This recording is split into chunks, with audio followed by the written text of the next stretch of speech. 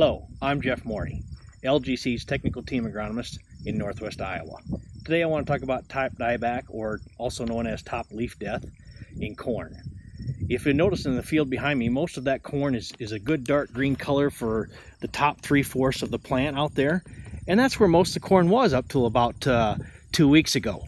But as I step across the road here and take a look at the field across the road, you'll notice that it's got a much more of a yellow tint to it at the top and definitely at the bottom, whereas the center is still a pretty good green color to it.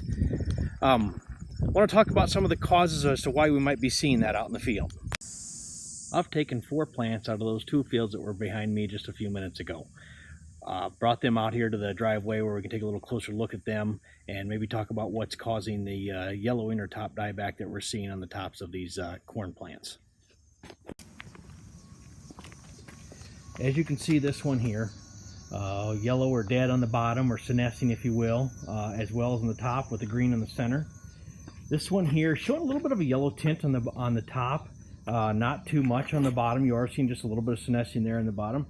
Next one over here, senescing on the bottom as well, a little bit of a yellow tint at the top here, and the last one, green for most of the plant all the way up and down. Let's first talk about anthracnose. Most likely, if it's anthracnose, it's not across the entire field. It'll be isolated plants out in that field. And this right here is a good representation of what you'll want to be looking for out there in the field.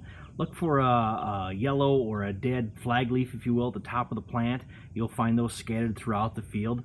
And then you got to go ahead and go up there and pull that leaf sheath back. And you're gonna look for some of these black lesions that we're seeing right here. That's a good indication that most likely anthracnose is caused the death at the top of this plant, or anthracnose top dieback is what most people would refer. Again though, like I mentioned, most likely anthracnose is not going to yellow or kill an entire field. It will be isolated plants or isolated areas within a field where you will see death occurring. Next, let's talk about environmental stresses causing top dieback in corn. Back in the mid-70s, researchers discovered that when there was a warmer, drier period during grain fill, we tended to see the top dieback, or the yellowing of the top of the corn plants, occur more frequently. However, in the early 2000s, researchers also discovered that in good growing years, with lots of high yield potential in the fields, they were seeing the same thing, where they were seeing yellowing or top dieback in the field. So environmental stresses can definitely cause some of this yellowing that we're seeing in some of these corn plants as well. Next, let's talk about corn borer damage. I was not able to find any in the field. These were Double Pro or Smart Stacks corns that I was in. However, in some conventional corn, you will find where the corn borer have bored into the top of the plant, and you'll find the frass around that hole where they've bored into, and basically cut off the water and nutrient supply to the top of that plant, which is why that top is yellowing or dying off. And finally, the last thing to talk about is just hybrid characteristics.